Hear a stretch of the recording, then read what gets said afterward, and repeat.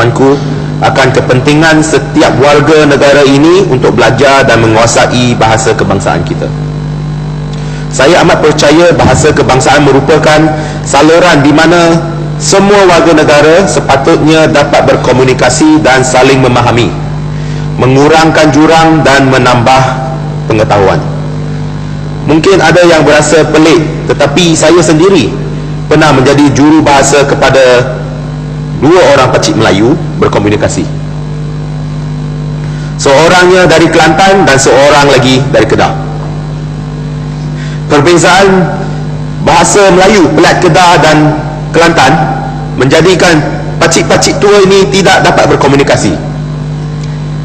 Jika ini boleh berlaku antara dua orang Melayu, apatah lagi antara rakyat yang terdiri daripada pelbagai keturunan lain-lain kaum di negara kita.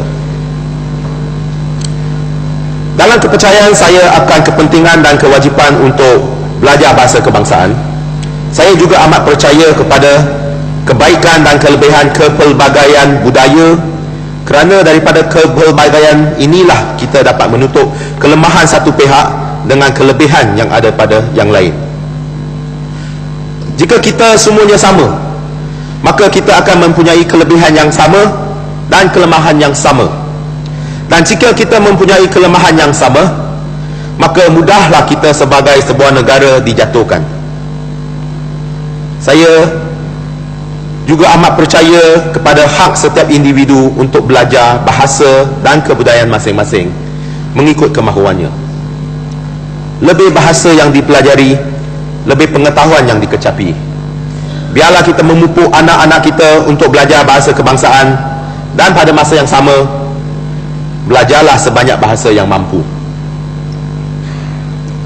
Datuk Timbalan Yang Dipertua, dalam teks ucapan tuanku ada menyebut penurunan harga minyak mentah dunia sekitar 49.44%, memberi impak kepada hasil negara dan tekanan kepada mata wang ringgit. Ini jelas kelihatan jika kita ambil contoh pada 28 Ogos 2014, kadar penukaran wang asing berada pada garis 1 US dollar kepada 3.147 ringgit Malaysia, berbanding pada semalam 31 hari bulan 3 2015, 1 US dollar kepada 3.707 ringgit Malaysia. Penurunan mata wang ringgit jelas membawa kesan kepada rakyat, terutamanya yang berpendapatan rendah. Sebagai contoh, tidak dapat dinafikan bahawa penurunan nilai mata wang ringgit secara tidak langsung dapat membantu menjana peningkatan ekspor, kerana penurunan nilai mata wang dapat meningkatkan daya saing ekonomi negara. Namun, untuk itu ia perlulah barangan buatan tempatan dengan komposisi bahan-bahan mentah tempatan atau sekurang-kurangnya peratusan komponen tempatan yang tinggi. Sekiranya ia mengandungi bahan atau komponen luar negara, maka lebih tinggi peratusan bahan luar negara, semakin berkurangan kesan positif yang diperoleh daripada penurunan ringgit. Pada masa yang sama, harga barangan import pula bertambah mahal. Antara yang paling membawa kesan kepada masyarakat adalah bahan-bahan berteknologi tinggi dan yang memerlukan perbelanjaan dengan izin R&D yang tinggi. Ini termasuk ubat-ubatan, peralatan kesihatan, peralatan IT, serta pelbagai mesin teknologi terkini yang terpaksa diimport. Paling membimbangkan adalah peningkatan kos kesihatan. Penurunan nilai mata wang pasti membawa kesan pada perkhidmatan kesihatan, dan malangnya GST yang mula dilaksanakan tidak mengecualikan banyak ubat-ubatan penting dan perkhidmatan daripada cukai GST. Ini pasti akan membebankan lagi rakyat yang sedang menyesuaikan diri.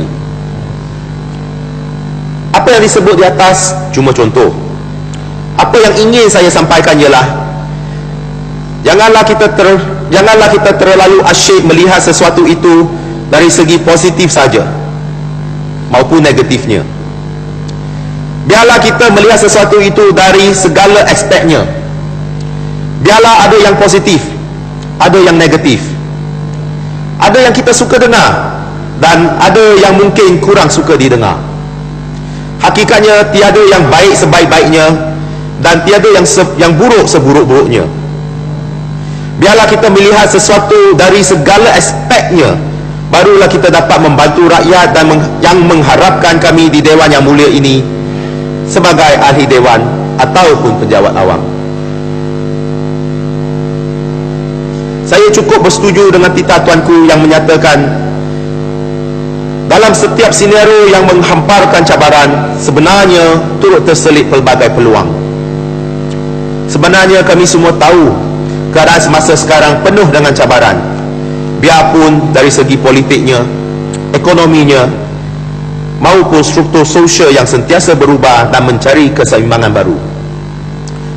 Setuju atau tidak, suka atau tidak, dan mahu atau tidak, kita perlu mencari jalan supaya setiap orang warga Perak mendapat manfaat daripada apa yang kami usahakan dan kerjakan.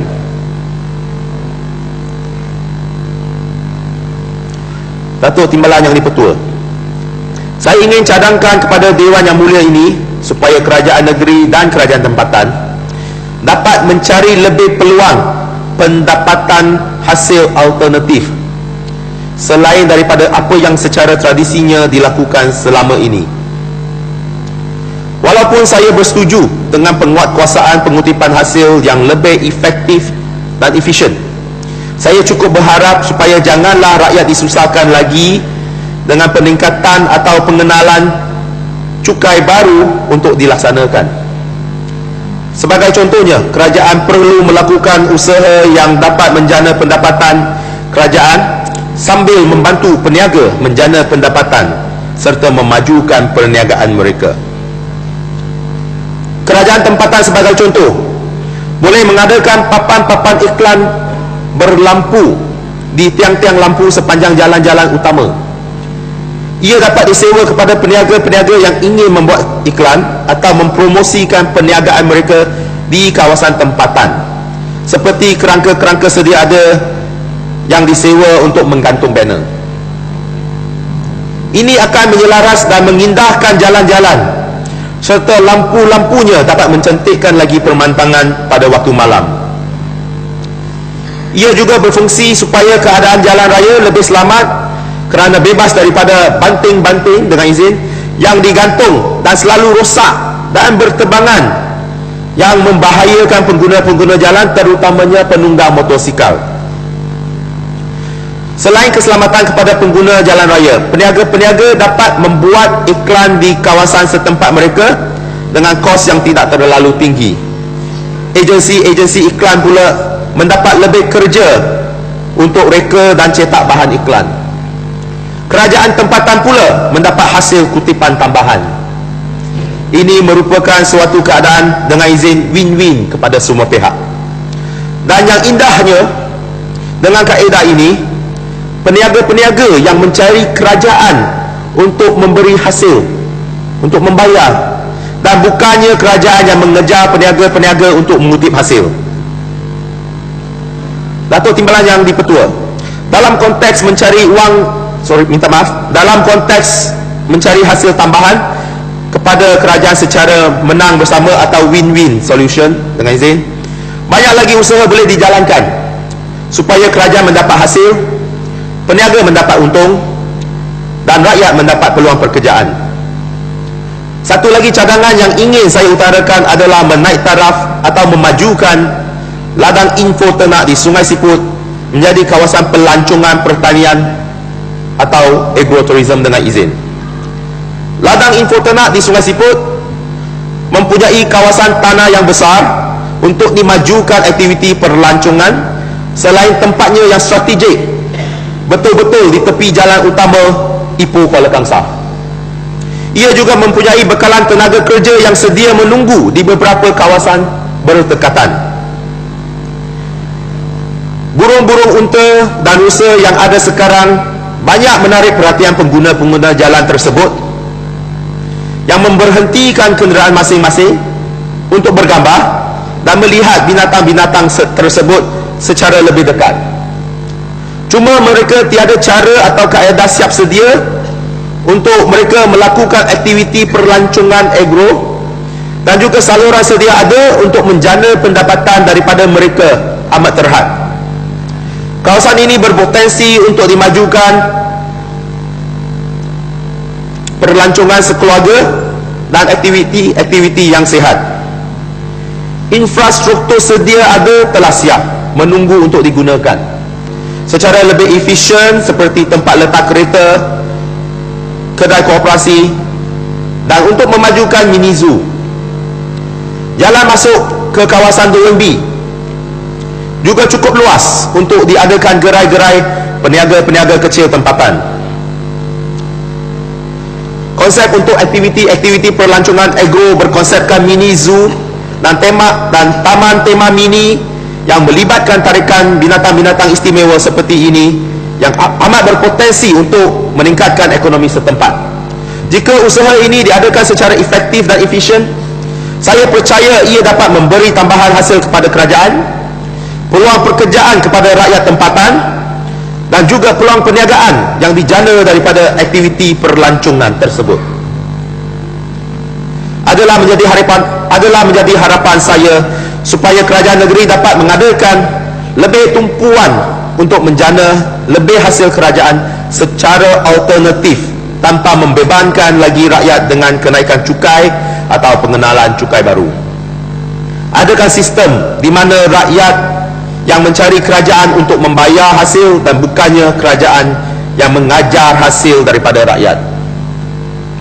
Datuk Timbalan Yang Dipertua, dalam teks titah ucapan tuanku, perenggan-perenggan 18, 19 dan 20 menyentuh aktiviti pertanian dan peternakan, manakala perenggan-perenggan 21, 22, 23 dan 24 menyentuh mengenai tanggungjawab dan kepentingan menjaga alam sekitar untuk generasi akan datang, untuk mengelakkan bencana buatan manusia, dan juga untuk pengeluaran hasil daripadanya. Negeri Perak merupakan antara pengeluar hasil pertanian terpenting di negara ini. Adalah menjadi peranan kerajaan negeri bukan sahaja untuk membantu memajukan sektor ini dan mereka yang terlibat, malah menjadi tanggungjawab kerajaan untuk memastikan mereka berjaya supaya dapat memajukan ekonomi negeri. Saya ingin mengambil satu contoh. Telah menjadi kebiasaan di mana kes-kes yang diutarakan petani-petani atau penternak-penternak yang mengusahakan sesuatu kawasan tidak dapat memohon grant atau TOL untuk tanah yang mereka usahakan sejak berpuluh tahun, dan ada yang 2 atau 3 generasi bergiat di kawasan tersebut walaupun berkali-kali mereka memohon untuknya. Dengan memberi grant atau TOL kepada petani-petani dan penternak, mereka dapat menjalankan aktiviti mereka dengan lebih tekun dan gigih.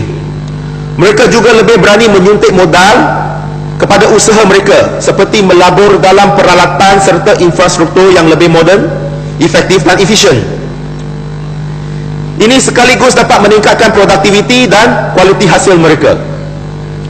Secara tidak langsung, kerajaan juga mendapat ganjaran daripada segi hasil dan peningkatan aktiviti ekonomi serta peningkatan taraf sosial sesuatu kawasan.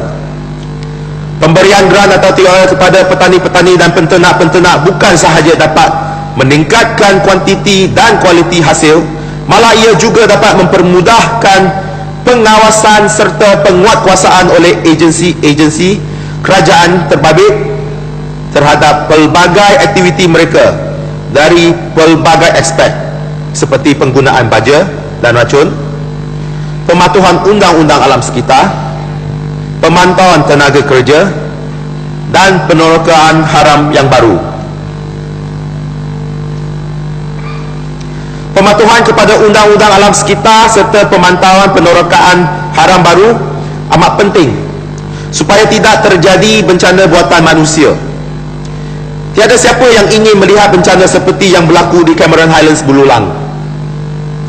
Tanggungjawab ini bukan sahaja terletak di bahu petani dan penternak, Bahkan kerajaan perlu juga memikul sebahagian besar tanggungjawab tersebut. Sebagai contoh, pada sidang yang lepas, saya bersama beberapa penternak telah menyerahkan memorandum memohon kerajaan negeri memantau dan menyelesaikan masalah penternak-penternak di Sungai Buloh. Sehingga hari ini masa memulakan kerja-kerja mendalamkan semula sungai tersebut.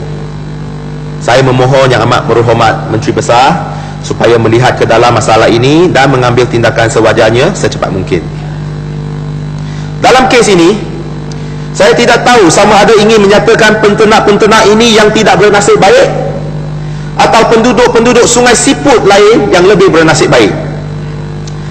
Daripada apa yang difahamkan kepada saya, punca masalah ini berlaku adalah daripada kerja-kerja pengeluaran hasil hutan dari kompamen 6, 9 dan 10 Hutan Simpang Keledang Sayung yang merupakan punca air sungai tersebut. Masalahnya, tanah di kawasan tersebut adalah dari jenis tanah bercampur pasir. Maka tanah tersebut mudah runtuh dan pasir-pasir tersebut mudah dihanyutkan ke dalam sungai setiap kali hujan. Sekarang ini, sungai dan kolam-kolam tersebut telah bertindak menakung pasir-pasir yang melimpah. Tetapi pada waktu ini, sungai tersebut telah penuh melimpah, malah lebih tinggi daripada jalan dan tanah yang ada di sebelahnya. Kolam-kolam pula telah penuh dengan pasir dan tidak dapat melampung lagi endapan yang baru. Ya, Bapak Jalong, boleh pendekkan ucapan kerana dah nak hampir kepada masa yang diperuntukkan. Okey, boleh saya percepatkan. Pasir-pasir dan endapan kini telah mula mendap dan mencetekkan sungai di Sungai Buloh cuma lebih kurang 1 kilometer dari bandar Sungai Siput. Sekiranya kerajaan negeri terus meluluskan lebih banyak pengeluaran hasil hutan dari kawasan tersebut di atas, maka saya cukup risau dan akan terjadi bencana yang sama seperti di Cameron Highlands pada musim hujan yang akan datang. Saya menyeru Yang Amat Berhormat Menteri Besar untuk mengkaji semula kawasan pengeluaran sedia ada dan mengambil tindakan memperlahankan atau menambah kawasan buffer zone dengan izin di kawasan pengambilan hasil hutan. Berhentikan atau tangguhkan kelulusan baru untuk pengeluaran hasil hutan. Perkuatkan pantauan dan penguasaan terhadap pembalakan haram. Seperti titah tuanku, manusia mempunyai peranan sebagai pembina, pengindah serta penyelamat alam sekitar dan bukan melakukan kerosakan, kemusnahan atau memporak-perandakannya. Datuk Timbalan Yang Ketua, lanjutan daripada candaan. Boleh tanya satu perkara. Terima kasih Datuk Timbalan Yang Ketua. Tadi menangkan masalah di Cameron Highland, saya mendapat satu maklumat bahawa kerajaan negeri telah pun melalui Perbadanan Pembangunan Pertanian Negeri Perak ada satu projek yang besar untuk tanaman agro farming dan agro tourism tapi belum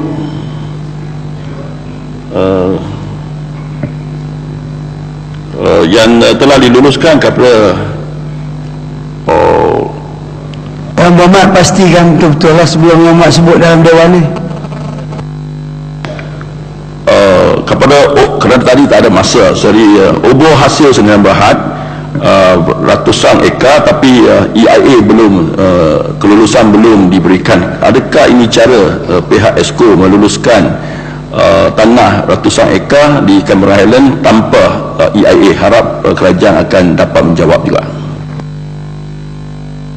Yang Berhormat Jalong, masa dah habis, jadi saya bagi untuk habiskan ucapan 1-2 ayat saja. Dua perenggan. Lanjutan daripada cadangan Cangkat Jering mengenai pembangunan pelancongan di Bukit Candan, saya cukup bersetuju dengan cadangan membangunkan kawasan Bukit Candan. Saya rasa bangunan-bangunan yang ada di kawasan tersebut cukup sesuai untuk aktiviti pelancongan, terutamanya bangunan istana dan masjid yang amat cantik. Bangunan arkitektur Melayu lama yang cukup istimewa di sana juga termasuk pemandangan yang indah. Oleh itu saya cadangkan diadakan kajian untuk mengadakan pos pelancongan di hentian rehat plus sebelah Sungai Perak, diadakan pengangkutan seperti bas atau landasan rel mini kereta api untuk membawa pelancong-pelancong ke dan dari kawasan rehat plus tersebut ke Bukit Candan, mungkin secara percuma atau dengan kos minima. Saya percaya cadangan dengan izin vacation within vacation ini Jika dilaksanakan dapat meningkatkan ekonomi kawasan setempat dan Bandar Kuala Kangsar. Saya juga percaya ia dapat membantu pengusaha-pengusaha Bumiputera mengukuhkan ekonomi mereka. Sebagai penutup, saya ingin nyatakan di sini, setiap ahli dewan di sini boleh menang dan boleh kalah. Penjawat awam boleh naik pangkat, boleh ditukar atau boleh berhenti. Semasa kita menjawab dan memikul tanggungjawab sekarang ini, buatlah apa yang terbaik untuk rakyat tanpa mengira latar belakang mereka. Sekian, terima kasih.